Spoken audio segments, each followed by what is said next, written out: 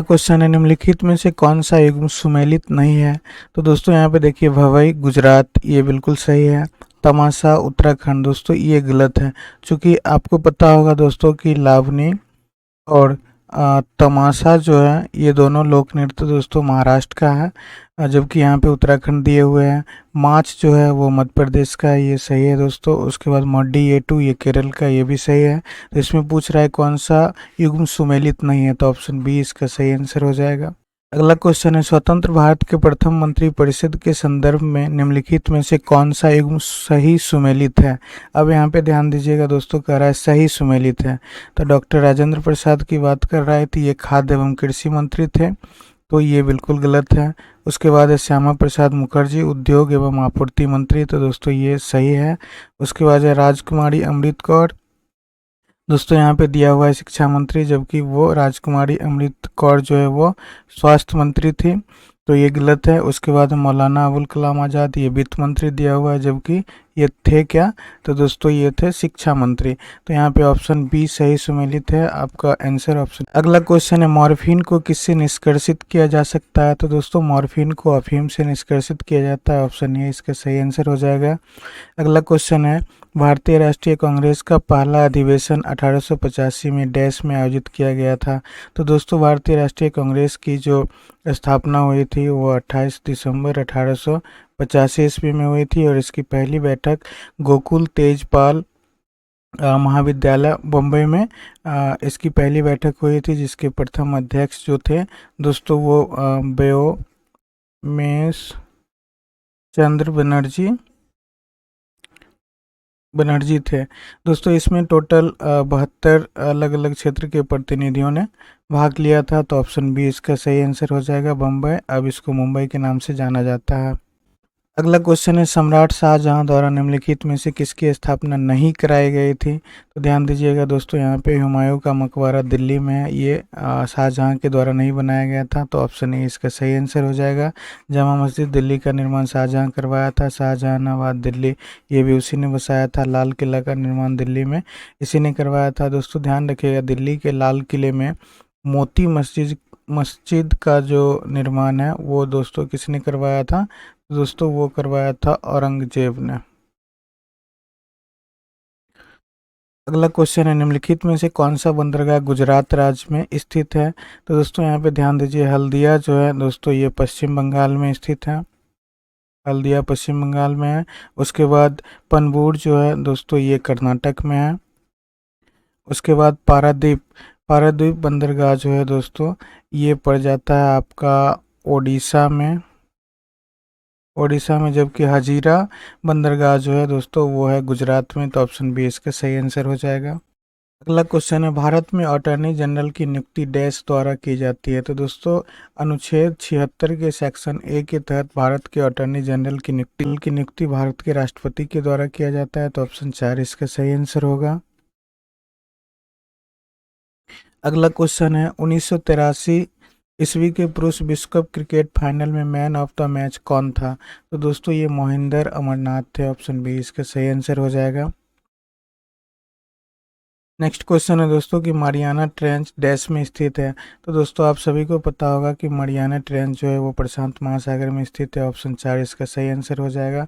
दोस्तों प्रशांत महासागर की जो आकृति है वो त्रिभुजाकार है, और प्रशांत महासागर की सबसे गहरी गर्त जो है वो मारियाना ट्रेंच है, जिसकी गहराई 11,022 मीटर है। अगला क्वेश्चन है, निम्नलिखित में से किस राजा को आंध्र भोज की उपाधि प्रदान की गई थी? तो दोस्तों आंध्र भोज की उपाधि कृष्णदेव राय को दिया गया था, ऑप्शन 4 इसका सही आंसर हो जाएगा। दोस्तों आंध्र भोज का यहाँ पे अर्थ होता है, आंध्र का मतलब तो आपको पता ही होगा कि आंध्र क्षेत्र की बात करता है, और भोज का मतलब होता है विद्वान राजा, तो ये इनको विद्वान राजा की उपाधि कृष्णदेव राय को दिया गया था। अगला क्वेश्चन, निम्नलिखित में से कौन यू कैन विन नामक पुस्तक के लेखक हैं?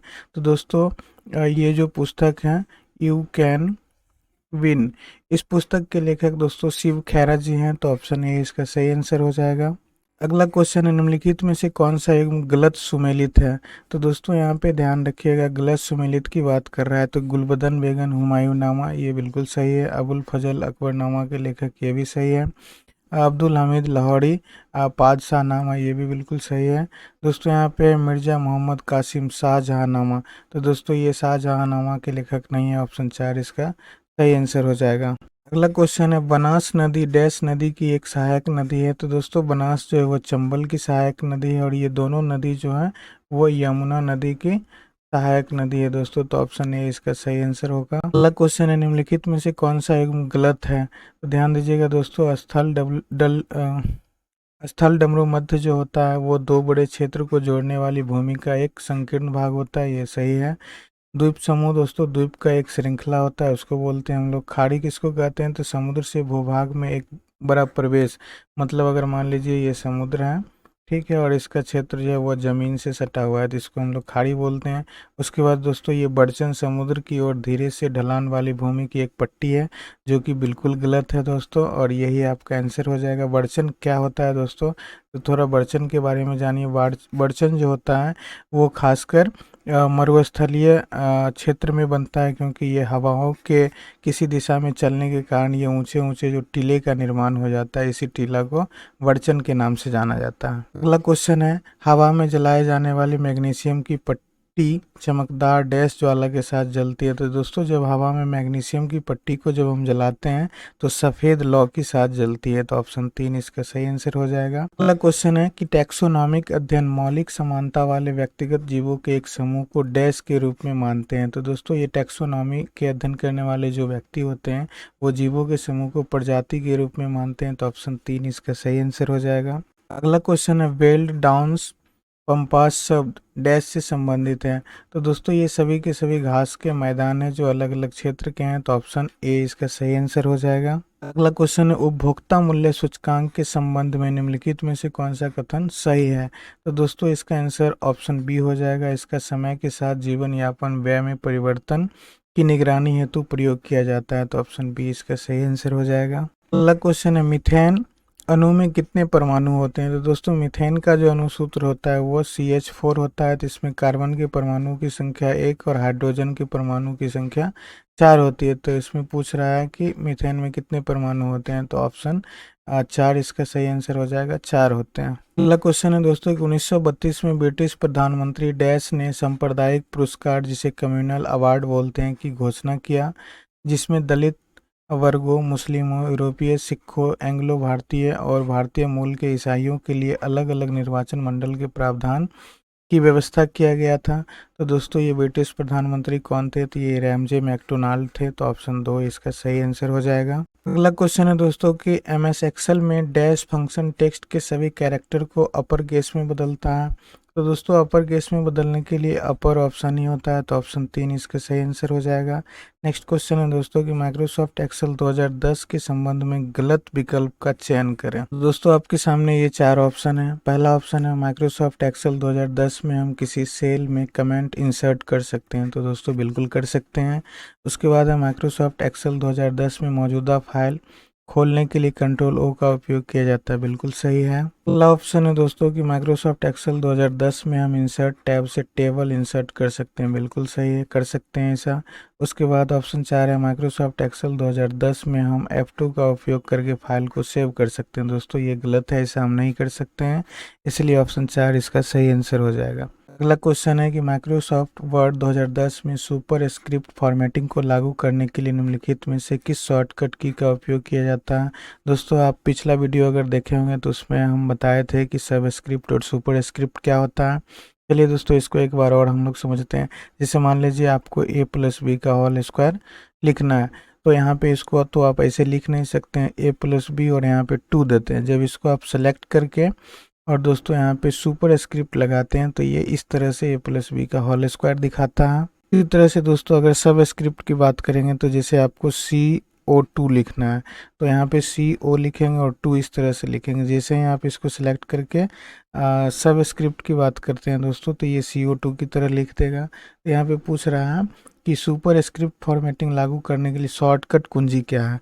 तो दोस्तों शॉर्टकट कुंजी होता है कंट्रोल शिफ्ट के साथ प्लस बटन का जब प्रयोग करेंगे तो ये सुपर स्क्रिप्ट लगाता है, लेकिन कंट्रोल शिफ्ट और उसके साथ अगर माइनस का उपयोग करेंगे दोस्तों तो ये सब स्क्रिप्ट लगाता है। तो ध्यान रखिएगा दोस्तों कि सुपर और सबस्क्रिप्ट कैसे लगाते हैं। तो इसका आंसर जो है ऑप्शन 3 हो जाएगा। कंट्रोल के साथ शिफ्ट और प्लस बटन को एक साथ प्रेस करेंगे। अगला क्वेश्चन है दोस्तों कि माइक्रोसॉफ्ट वर्ड 2010 के कर्सर को एक पैराग्राफ ऊपर ले जाने के लिए निम्नलिखित में से किस कीबोर्ड शॉर्टकट का उपयोग करेंगे। तो दोस्तों एक पैराग्राफ ऊपर ले जाने के लिए हम लोग कंट्रोल के साथ अप एरो की का उपयोग करेंगे। तो ऑप्शन 3 इसका सही आंसर हो जाएगा। MS एक्सेल 2010 में दो या दो से अधिक गैर आसन वर्कशीट को सिलेक्ट करने के लिए पहली वर्कशीट के टैब पर क्लिक करें। फिर जब आप अन्य सीट जिसे सेलेक्ट करना चाहते हैं के टैब पर क्लिक करके अपनी कीबोर्ड पर डैश की दबाएं। तो दोस्तों आपको मान लीजिए एक से अधिक सीट को अगर सेलेक्ट करना है आपको, तो इसके लिए आपको क्या करना होता है, पहले सीट पे आप माउस के पॉइंटर को क्लिक करें और कंट्रोल दबा के होल्ड रखें और दूसरी सीट को क्लिक करें, फिर कंट्रोल दबा के तीसरी सीट को आप सेलेक्ट कर सकते हैं। तो इस तरह से एक से अधिक या मल्टीपल सीट को हम सेलेक्ट कर सकते हैं दोस्तों। तो ऑप्शन 4 इसका सही आंसर हो जाएगा, कंट्रोल। अगला क्वेश्चन है दोस्तों कि बैक स्टेज व्यू का उपयोग करने के लिए फाइल पेज को खोलने के लिए MS वर्ड 2010 में निम्नलिखित में से किस कमांड का उपयोग किया जाता है। दोस्तों आपके सामने 4 ऑप्शन है, alt F, alt C, alt H और अल्ट G। तो दोस्तों यहाँ पे अल्ट F का उपयोग करते हैं, ऑप्शन ए इसका सही आंसर होगा। नेक्स्ट क्वेश्चन है दोस्तों कि निम्नलिखित में से कौन एक ईमेल एड्रेस का पार्ट नहीं है। ध्यान रखिएगा दोस्तों, यहाँ पूछ रहा है नहीं है, तो ईमेल प्रोवाइडर का डोमेन ये तो उसका पार्ट्स होता है, यूजर नेम भी आपके पार्ट होंगे। यूजर का डोमेन, तो दोस्तों यूजर का अपना डोमेन नहीं होता, ये वाला गलत है। और @ सिंबल ये तो होता ही है, तो ऑप्शन 3 इसका सही आंसर हो जाएगा। अगला क्वेश्चन है दोस्तों कि निम्नलिखित में से कौन सा एक इंटरनेट शिष्टाचार नहीं है। तो ऑप्शन है आपके सामने, अटैचमेंट का आकार छोटा होना चाहिए, ऐसा बिल्कुल नहीं है। ध्यान रखिए यहाँ पूछ रहा है नहीं है। अवांछित संदेशों को फॉरवर्ड करना, दोस्तों ये नहीं होता है और यही आपका आंसर हो जाएगा। अगला क्वेश्चन है निम्नलिखित में से कौन सा सर्च इंजन सबसे ज़्यादा सर्च के साथ बाजार में दबदबा बनाए हुए हैं। तो दोस्तों आप सभी को पता होगा कि गूगल क्रोम जो है वो सबसे अधिक 90% लोग इसका उपयोग सर्च के लिए करते हैं और यही मार्केट में भी सबसे ज़्यादा दबदबा बनाए हुए हैं। उसके बाद बिंग, याहू और ask.com का तो लोग बहुत नाम भी नहीं सुनते हैं। याहू का यूज अब बहुत कम होने लगा है। बिंग थोड़ा बहुत लोग यूज करते हैं और सबसे ज़्यादा गूगल क्रोम का उपयोग किया जाता है। तो आपका आंसर जो है ऑप्शन 4 हो जाएगा। अगला क्वेश्चन है कि निम्नलिखित में से किस MS एक्सेल 2010 फंक्शन का उपयोग टेक्स्ट के रूप में संग्रहित दिनांक को उस सीरियल नंबर में कन्वर्ट करने के लिए किया जाता है जिसे एक्सेल दिनांक के रूप में पहचानता है।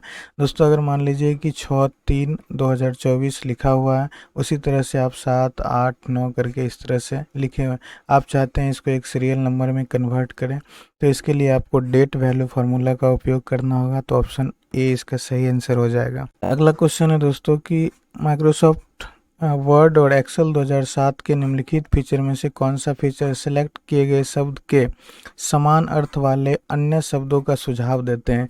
जैसे कि दोस्तों अगर मान लीजिए कि आप माइक्रोसॉफ्ट वर्ड और एक्सेल के अंदर आप हो सकता है कि काम कर रहे होंगे और वहाँ पे कोई वर्ड आप लिख रहे हैं, जैसे कि मान लीजिए हमें एक यहाँ लिखना है मैंगो, ठीक है, और इसकी स्पेलिंग आपको पता नहीं है या इसके साथ और अन्य शब्द का सुझाव लेना चाहते हैं, तो दोस्तों आप इसको सिलेक्ट करेंगे और सिलेक्ट करने के बाद जैसे ही आप फीचर्स ऑप्शन को क्लिक करते हैं तो ये आपको सजेशन देना शुरू करेगा। लेकिन स्पेलिंग और ग्रामर के लिए हम लोग F7 का उपयोग करते हैं। अगर ये बटन प्रेस करेंगे तो ये स्पेलिंग एरर को चेक करेगा, लेकिन जैसे ही फीचर्स को क्लिक करेंगे दोस्तों तो ये इससे संबंधित मतलब आपको और सजेशन देगा। ट्रांसलेट में आपको पता ही है, इंग्लिश है तो हिंदी और हिंदी है तो इंग्लिश में ट्रांसलेट करेगा।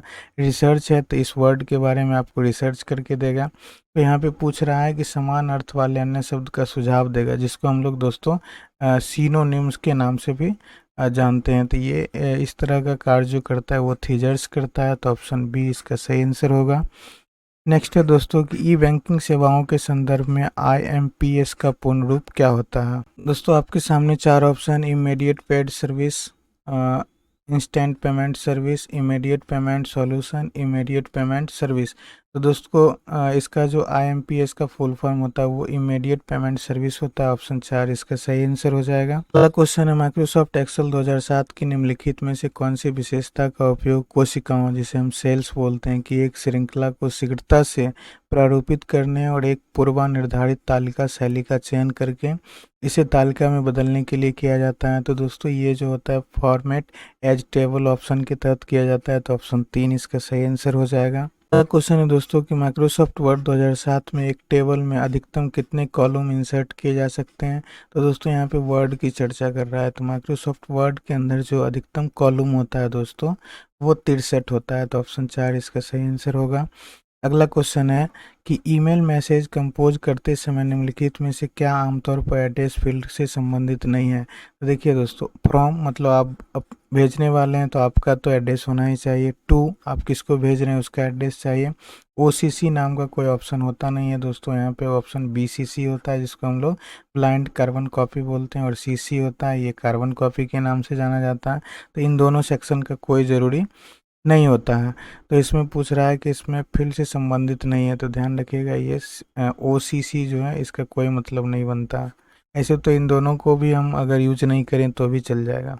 अगला क्वेश्चन है दोस्तों कि माइक्रोसॉफ्ट एक्सेल वर्कशीट में पॉइंटर को किसी सेल में बाएं दाएं ऊपर नीचे की ओर ले जाने के लिए निम्नलिखित में से किस कुंजी का उपयोग करेंगे। तो दोस्तों आपको पता होगा एरो की के बारे में। ऑप्शन बी इसका सही आंसर है, जिसकी आकृति दोस्तों इस प्रकार की होती है, जो कि आपको न्यूमेरिक की जो है उस पर आपको ये बटन्स दिखाई दे देंगे। अगला क्वेश्चन है, इंटरनेट की निम्नलिखित संचार सेवाओं में से कौन सी प्रयोगकर्ताओं को कॉल प्राप्त करने के योग्य किसी भी PC पर इंटरनेट के माध्यम से बात करने की सुविधा प्रदान करता है।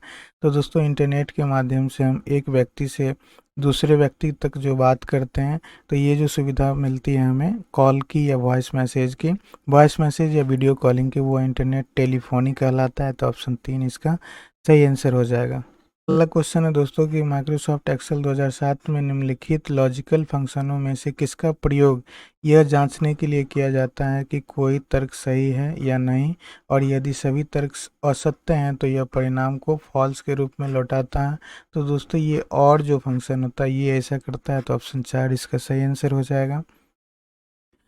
अगला क्वेश्चन है, माइक्रोसॉफ्ट वर्ड में निम्नलिखित में से कौन से एक्शन के लिए शॉर्टकट की Ctrl+V है। तो दोस्तों आपको पता होगा कि कंट्रोल के साथ हम लोग C से कॉपी करते हैं, और कंट्रोल के साथ हम लोग अगर V करते हैं दोस्तों तो इसकी सहायता से हम लोग पेस्ट करते हैं। तो यहाँ पे ऑप्शन 4 इसका सही आंसर हो जाएगा, क्लिप बोर्ड में टेक्स्ट या ऑब्जेक्ट को पेस्ट करने के लिए। तो ऑप्शन 4 इसका सही आंसर है।